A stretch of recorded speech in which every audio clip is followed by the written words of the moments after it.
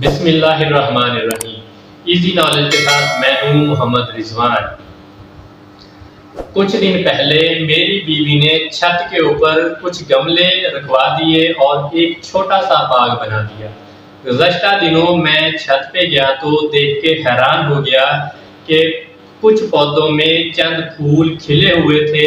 नींबू के पौधे के ऊपर 2 नींबू भी लगे हुए थे और हरी मिर्च के पौधे के ऊपर 2-4 हरी मिर्चें भी दिखाई दे रही थी। तो मैंने देखा कि मेरी बीवी एक गमले को घसीट कर दूसरे गमले के पास कर रही थी। तो मैंने पूछा कि इस भारी गमले को घसीट कर दूसरे गमले के पास क्यों कर रही हो?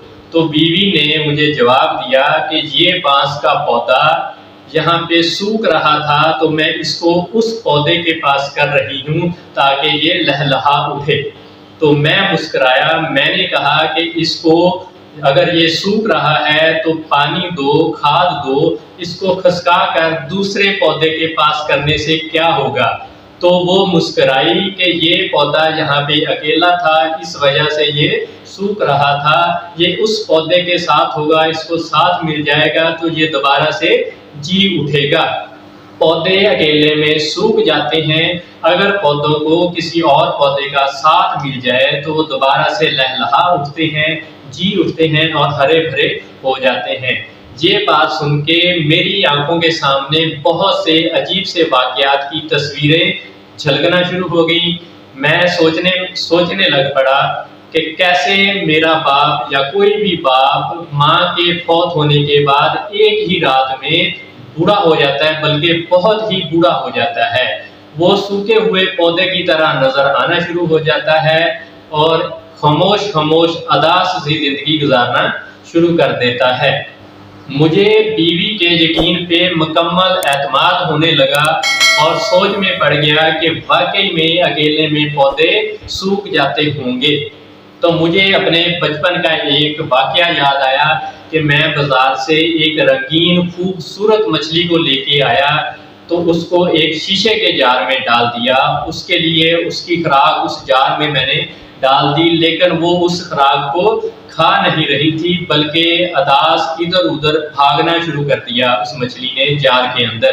गुमसुम मछली ने कुछ भी ना खाया। 2 दिन तक वो खामोशी से पानी में इधर उधर तैरती रही और एक सुबह मैंने उठ के देखा तो पानी की तह के ऊपर मछली उल्टी पड़ी थी। वो भूख के मारे मर गई। मुझे बचपन में ये किसी ने नहीं बताया था कि पौधे अकेले में सूख जाते हैं। अगर ये पता होता तो मछली के साथ मैं 2-3 मछलियां या और बहुत सी मछलियां भी उसके साथ लाता ताकि वो अकेले में मरझा ना जाती, मर ना जाती। मुझे लगता है कि दुनिया में किसी को भी तन्हाई पसंद नहीं है।